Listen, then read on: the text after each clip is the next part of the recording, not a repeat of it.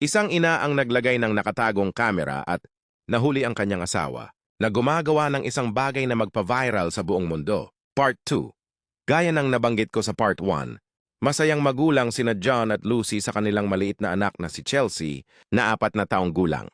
Masaya ang pamilya nila, ngunit isang araw nagsimulang maging cold si John kay Lucy.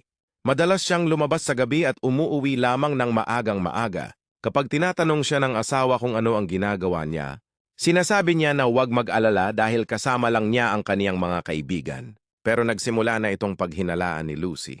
Sumunod, si Chelsea naman, ang kanilang anak, ang nagsimulang lumayo sa kanyang ina. Kaya nagpa siya si Lucy na magkabit ng mga kamera sa buong bahay. Nang makita niya ang mga kuha, laking gulat niya.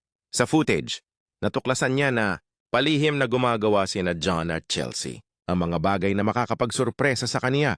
Nagtatago sila ng mga confetti at mga balloons upang paghandaan ang kaarawan nito na akala ni Lucy ay nakalimutan nila.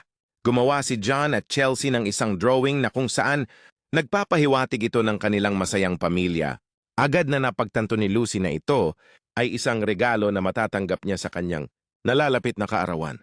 Nang malaman ito ni Lucy, agad niya itong ina-upload sa Facebook na agad namang nag-viral, kumalat sa buong mundo at ikinatuwa ng mga tao.